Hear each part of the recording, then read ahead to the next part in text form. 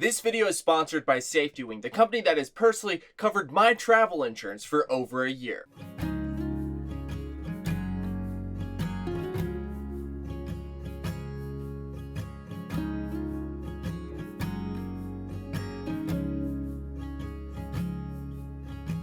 Hi, my name is Hazel. This is James. This is our van, 3.5 ton 2002 Ford Transit Luton. So our original plan was to move to New Zealand, somehow get a van and then live there and travel, but then we realized that that's a very expensive plan. So we were like, we'll just stay in England, get a van, do it up to how we want it, work at the same time. So we tried to treat it as a hobby, not a chore. And because of that, it's been a very slow process. So we've had the van since October 2017. As much as we like our jobs, we don't want to do it till we retire. We want to live our lives sort of now and find a better work-life balance. I'm a web developer and I've been very upfront with my boss and I've told him our plans. We've worked out a deal where I'm going to be able to carry on working on a sort of part-time basis. And I'm a physiotherapist. I work in an NHS trust in the UK, ward-based work in hospitals, and hopefully I can get short contracts across England. This is our van. On top we have 450 watt solar panels, sort of 3 panels, 150 watt each. Initially we had a double passenger seat. That's the standard seats that the Lutons come with, but then we went through a lot of trouble finding a single passenger seat, and I think it was an ambulance, and the guy wanted a double seat for his kids, so we took it off him. So it's a single passenger seat. Reversing camera. We have a door here that goes into the van. It's a big secret. I'll just extra security, and you can go into the van. At the back, when the ramp is shut and locked, we come through here. If not, we just use the ramp. But if you're going for more of a stealth, you know, you don't know where you're parked, you don't want to show people the back wall with the flowers on it, then we kind of stick to this. So this is the back of the van. A massive ramp. We put these legs on it that you can adjust the height. So if you're on uneven surfaces, then you get a nice flat surface. James is very proud of these tiki torches in the middle of the night. We have nice candles going. Deck chairs. We made a garage area here, and hopefully we're going to put our bikes in it when we're traveling full time. But at the minute we're using it as more of a junk storage. So this is under the seating area. So what we did is we raised the floor and then put the seating area, and then underneath all that we made storage, so when you're in there you don't know that it's there. This is where we sort of keep our shoes when we go in. James is very proud of this.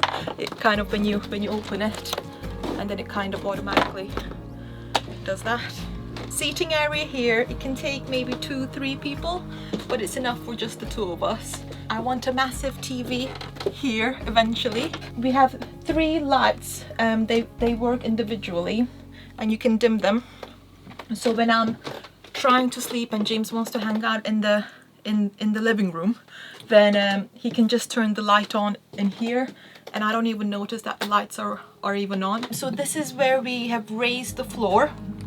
The batteries are in there. 330 amp hours of batteries. The raised floor divides up the rooms a bit, which is quite nice, because when you're here you feel like you're in the living room. When you're down here, you're in the kitchen, and when you're up there, you're in the bedroom. This is our kitchen. It's pretty self-explanatory. Hob, it doesn't work at the minute, but we're working on it. We're gonna have an underslung gasset tank. Oven, again, it's gonna work with gas, and it's also a grill. It's a Dometic one. This is our sink. It doesn't work because we don't have water tanks yet, but it can drain water. So this is an oak countertop, a bit on the heavy side, but again we wanted nice things in here. and it was quite scary cutting this bit up because we had one shot. But it fits perfectly and you get extra counter space like that, and it can also be used as a chopping board. A lot of people ask us if these are real tiles. They're not. They're stick-on tic-tac tiles. Lots and lots of storage. We're gonna put shelving in there to optimize the space a bit. And we've also used aluminium here so that if there's lots of steam and moisture, it doesn't cause damage. Fridge, we have electrics that work. Our fridge is fully working. It's a Dometic 60-litre one, I believe. And it keeps everything cool. We have ice creams in there. The bathroom. Shower. It's not working yet, but it will do. We're gonna have 125 litres of freshwater tank and 68 litres of grey water. Toilet, it's supposed to be a composting toilet. It is. We have a urine separator, but at the minute it doesn't really compost. We're working on that, but it works fine. It's fully usable. We're gonna stick something on the glass so you can't really see inside. Bedroom. James decided to build this crazy ladder system where it would fall into the wall, and when he took his first step it just shattered. So we have the sturdy ladder. They have these little bits there and it just hooks on. And we have a massive skylight, and that's the shelf. I call it the little nipple at the front of the van. I think it's supposed to be like aerodynamic or whatever. We're like, what to do with the space? So James built this small shelf. We have a table that we hide in here, and it just becomes the table that goes in the living room. And James is very proud of this. We have a little lamp. So this is the living room. We got the cushion covers made in Turkey because of cheaper labor. Turkish cushions, Turkish rug, everything in here is Turkish as it can be. 8mm tongue and groove cladding, and we have these fans, so 2 of them there. They can suck air in or out, so if it's really hot we can get a good air circulation going. Of storage under here, so you can put all the stuff you don't want to use every day there. I built a 3D model of the exact layout that we're sat in now. I built 2 years ago in a 3D model, and I gave Hazel a VR headset so she could stand inside the model and look around. So I could stand in this before we got the van. Mm-hmm. And it looks pretty much identical. Mm-hmm. It looks exactly the same, apart from the fact that we had initially planned a log burner next to the kitchen, but decided not to have it. I heard people say this before, but I just ignored it. Always get the utilities in first, because we're at the point now where we have really nice aesthetic build. And we've got a nice stainless steel tank with a retractable tap and a big shower and stuff, but we've got no water. Nothing works. I've now got to go through chasing pipes through the floors and the walls and stuff, and it's just a bit of a nuisance.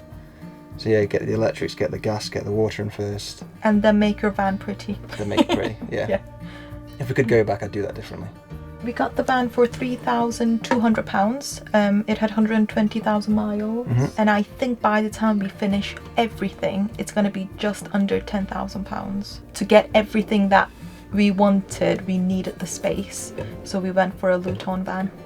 It's pretty much the biggest thing that we could get on just a everyman normal UK driving license, isn't it? Some Luton vans are plywood, aren't they? Whereas this is aluminium. Yeah. So it's a lot more lightweight than nothing, yeah. And we didn't know that when we bought the van, but if we did do that mistake and got the other type of van, we couldn't have stayed underweight, I think, with what we wanted in the van. We live in a time now where there are so many communities online that I feel like you can pretty much do anything. And if you don't know how to do something, there's someone out there that can give you some advice on how to do it. And for us, we've really fed off the community throughout the whole process, haven't we? We wouldn't have been able to do anything without the help of people online. You always have to compromise, don't you? The compromise for us is that this is such a big, obvious, green, hulking van. but you feel like you're in a house. It's very loud. Oh god, yes, now. It's the loudest thing I've ever been in. Yeah. I think it's just an old van as well, though, isn't it? Try to get a quieter van. Don't get a loud van. Don't get a loud van if you can help it. I've been using Safety Wing for over a year now for my travel insurance because of their flexible coverage at the best rates. Coverage starts at $37 for 4 weeks, otherwise known as $1.32 a day, and is available in 180 countries and can even be purchased while you're traveling. And there's no limit to the duration of your trip, and there's no need to pay for all of the insurance up front, and you can even get a quote for the specific travel day. So if you need a short-term or a long-term plan like me, then Safety Wing has still got you covered. Since the policy is administered by Tokyo Marine, one of the largest insurance companies in all of the world, you get reliable 24/7 support if you're ever in need. Safety Wing covers almost every travel destination that you can think of and even offers home country coverage. And what is really cool is that young children are covered for free. And so Safety Wing offers one child aged 14 days up to 10 years old per adult, 2 per family for free. Click the link in the description and rest insured knowing that you're covered during your world travels. Big love.